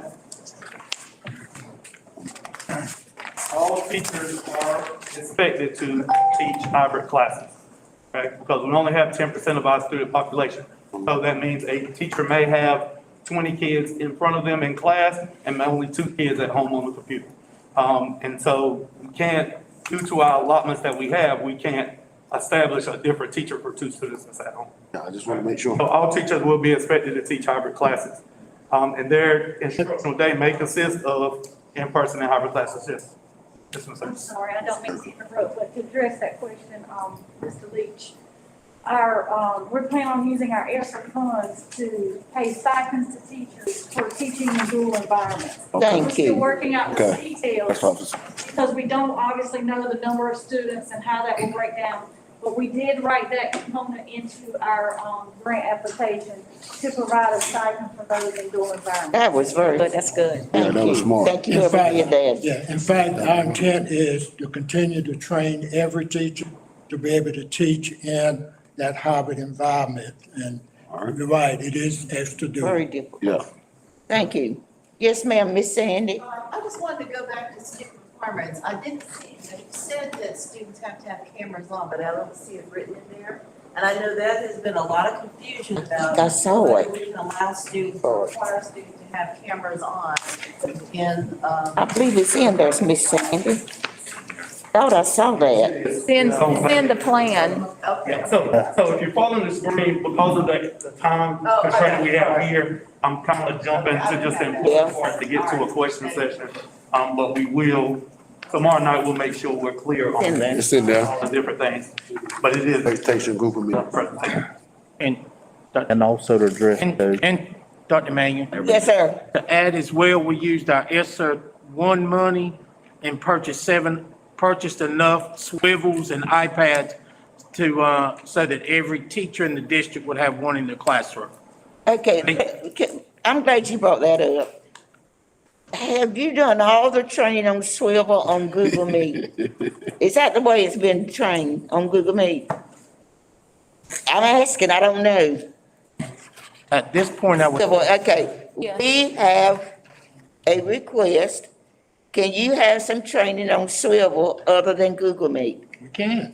Yes. Please do that. Yeah, principals can request any kind of training that. Well, just put it out there. We have, in other words, Yes. I understand during the pandemic, okay?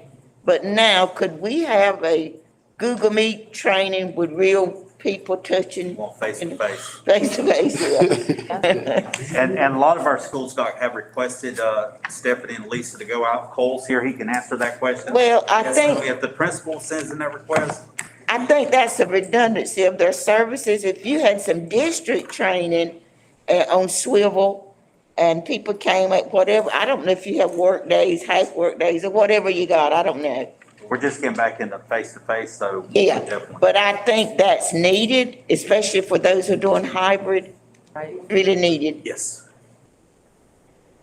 Okay. And so this presentation, and whenever you have time to kind of look at it, I know you mentioned you didn't get it till Friday at 5. It is highlights of what is in that draft plan that we sent out.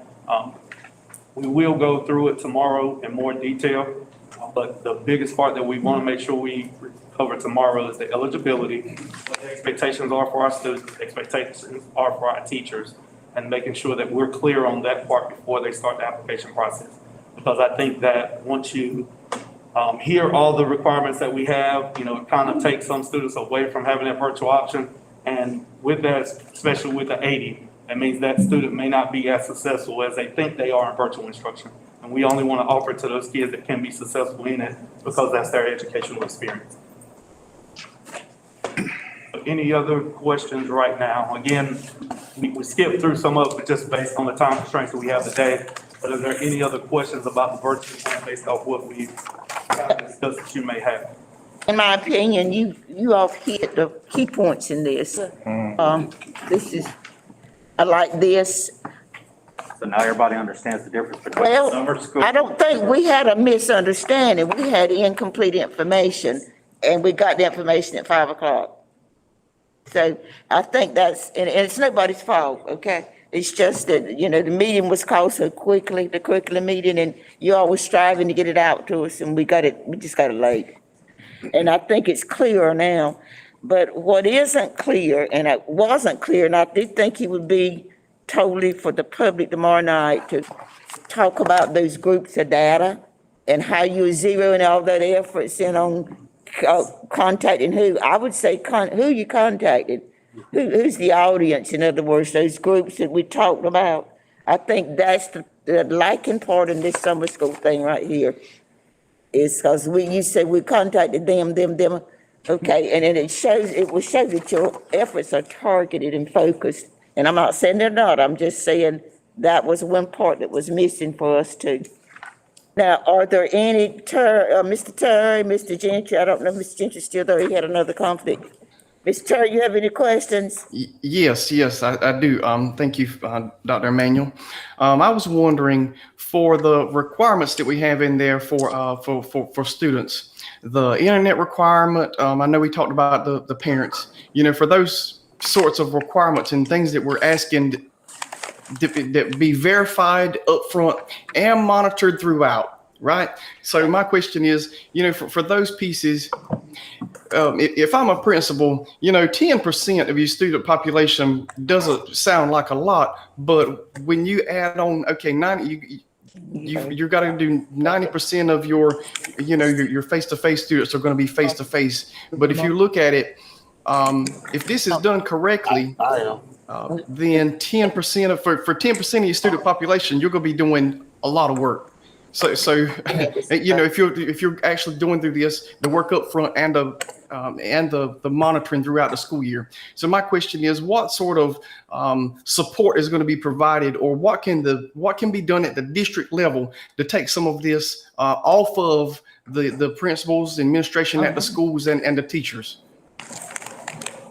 So when we look at the process, Mr. Terry, and how it should play out in person and going virtual, the students still have to adhere to everything they would as if they were in the school environment. So that student still has to log on at that same exact time. The only thing the teacher is doing now is offering a Google Meet link for your virtual student that is at home. Same thing happens when it comes to attendance. In school, if that student has missed a certain amount of days, the teacher is required to report that to the social worker. Social worker handles it. In our student expectations and in the draft document that we have for our parents that they have to sign off on, it talks about all the different attendance policies, what to make the kid come back to school and all those different things. So while it seems like it may be a lot of work that is put into it, it's not based on the training and experience we've had this time. So now everybody's a little bit more acclimated to providing that experience for our students. The other part about it too is that all of our classes are still going to utilize campus. So the expectation is that all the assignments and all the different things are still on campus. So it's going to allow that teacher the opportunity to be able to reach both groups of students the same method, using the same. So when I looked at the FAQ, I think it was the FAQ document, there was one line that said that students are going to be expected to participate in the entire school day with their webcam on, and that sort of thing. And then I think the next line it read something like, hybrid learning may consist of a combination of utilizing Canvas and synchronous sessions. So I know that right now, some of the students that are participating online are, during class transitions, it may be for like resources like music and those sorts of sessions. Online students are being told, okay, your assignment is on Canvas, so you can do your assignment on Canvas and wait 30 minutes or whatever, and I'm going to work with the students here face to face. Is that going to be allowed with this plan? Well, sir, the expectation is that that part will not be a part of that teacher's instruction.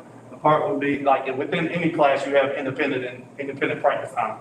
So during that independent practice time, that may be a time where the teacher goes and actually speaks with the student that's online to offer additional support, but there's not going to be a time where that student is just going to be allowed to log off and just kind of go do whatever they want to do and then come back in 30 minutes. That's not the expectation we have for our students or the expectation we have for the teachers. It's going on right now. I'm sure that others have heard it, but it's happening quite a bit. So we've got to make sure that we don't have a continuation of what's going on, this year into next year, because that'll just be a travesty. Yes, sir. And I think that's why Dr. Manning said it's important tomorrow to make sure that we specify what the differences are between this school year and next school year.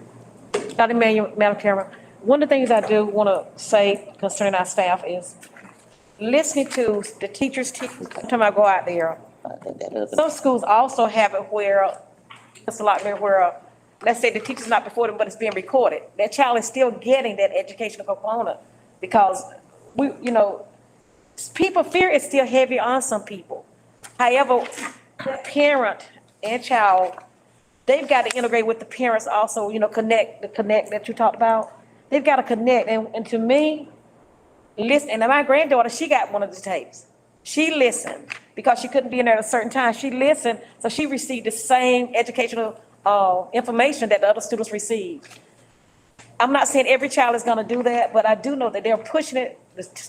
And I've seen principals go in there and teach for their office while the teacher had the other class. I've seen that because some children was cutting up.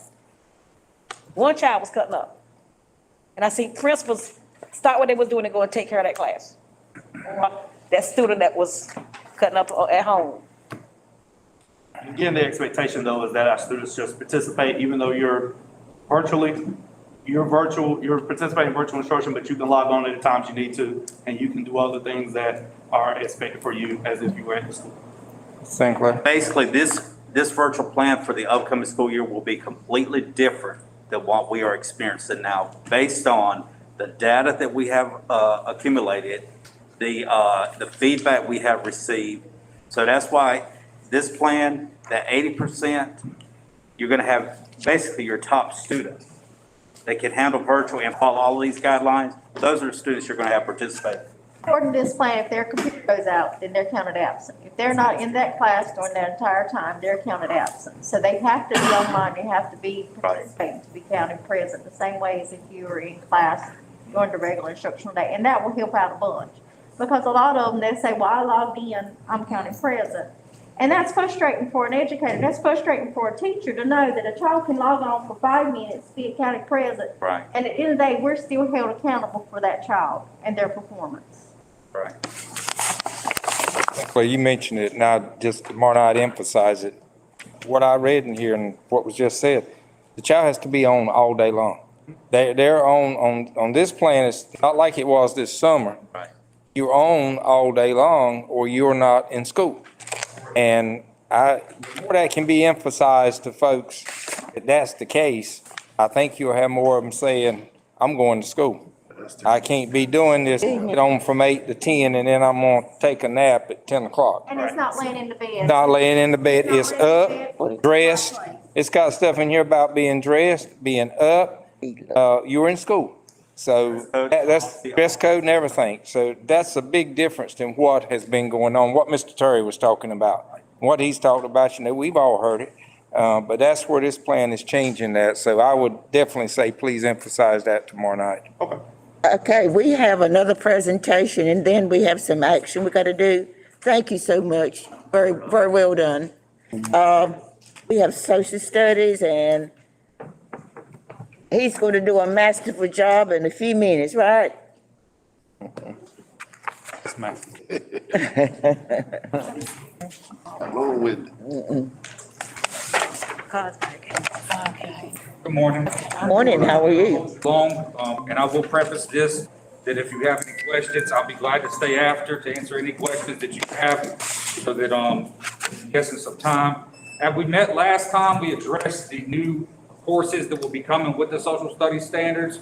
And I do have a slide on that, and if you have your packet that is in there, we discussed that last time. Today, I want to talk about the standards and strands for just a couple of minutes. As you see, the strands are the same except for two new strands. There is an inquiry and a behavioral science strand that will be included into the social studies standards this year. Go to the next slide. The new strands that include our inquiry, like I said, and behavioral sciences. Inquiry looks at analyzing primary and secondary sources, as well as evaluating specific social studies topics. The behavioral sciences is going to evaluate identities in terms of perspective, change and continuity, and analyze relationships, it counteract tradition and projects and progress in specific terms. So these are two new strands, and they will mirror each other because you need the inquiry portion with the behavioral sciences. You go to the next slide. The timeline for this is this May, we are doing a new standard course approved in February. This May, we're doing a state curriculum mapping institute. It's actually occurring this week with all the supervisors across the state that we are participating in, so we can do curriculum mapping and unit planning. In July, the unpacking documents will be released for the K-12 social studies standards. And in August 2021 through 2022, we are putting pacing guide teams together that's going to establish the PSRC pacing guide that will go in just as English and the math does. These teachers will be compensated. This will include inquiry, resources, and best instructional practices to address each standard and activity that will be done inside the classroom. Next slide. Key concepts when we're looking at inquiry using lessons and discussions addressed. One key thing that I want to talk about today is one thing we will not do is indoctrinate.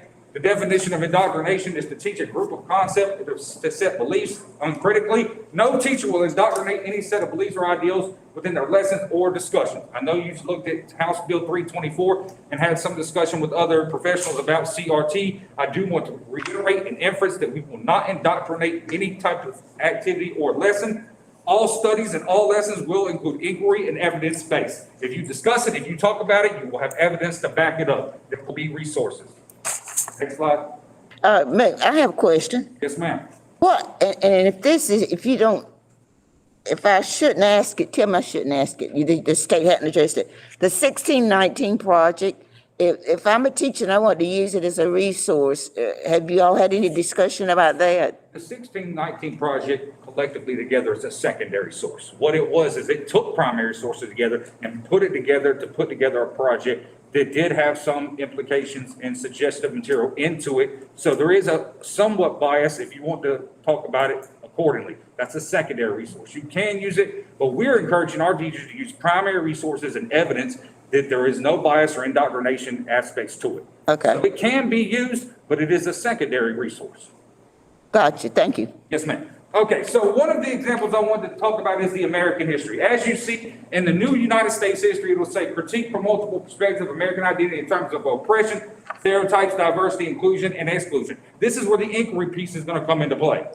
You're choosing the right evidence to support and being apathetic to having these difficult conversations. They will exist and they will happen, but you have to be evidence-based. Whatever you discuss, you need to show your evidence for it. These are examples include Hayes Pond of 1958, Tulsa of 1921, Wilmington 1898. These are all historical events that have occurred that we want to have used. Now you can use and discuss these, but have your evidence base to show, and there's plenty of evidence. And this is what we're going to talk about. Well, Mr. Davis, how are you going to teach these teachers to use inquiry and to show inquiry? We're going to use a UNCP partnership, which we've done for the past 3 years. We have Carolina K-12, Learning for Justice, and the North Carolina Council for Holocaust, which we've always used, and will continue to bring in PD. One of the other things we've done for the Southeastern American Indian Institute is we put together a collective core of teachers to actually help write Native American Southeastern curriculum. This is occurring right now, and at UNC Pembroke, they have these teachers. We actually selected these teachers and came together to pick these in the primary grades K through 6, and they are currently working on a curriculum development for Native American history and curriculum. Next slide, please. So how will we use this? The inquiry framework will be the C3 framework. This will be the civic and engagement framework that we will use. All teachers will get trained on this. It will be based on inquiry and investigation. This is throughout the state. This is actually embedded in the state standards if you look at them. Next slide, please.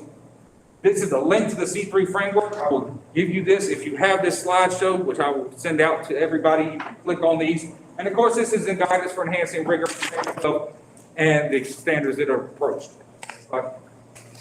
And like we discussed last time, these are the new graduation requirements. If you have any questions about these, feel free to ask me. We discussed these last time, so I don't want to rehash these, but I will be available for questions after this meeting. If anybody have any questions, please do now. Is there any sequence, can you take these in any grade level, these required courses? By state law, you can, but we did discuss and have a high school principal meeting, and we came together collectively to discuss what we wanted to do as a PSRC unit. So what we decided was that we want to look at world history, the founding principles of civic literacy, American history, and then the new EPF course. And we did that because the new EPF course has a lot to do with personal finance and adulthood, as you might per se. Whereas the American history and the founding principles of civic literacy, we discussed and the state actually recommended that a new EPF course be a higher level course. And because we are now specifically doing training for that course and students and teachers are going through the new economic division cohorts, that will be best prepared because we have to offer this to incoming freshmen next year.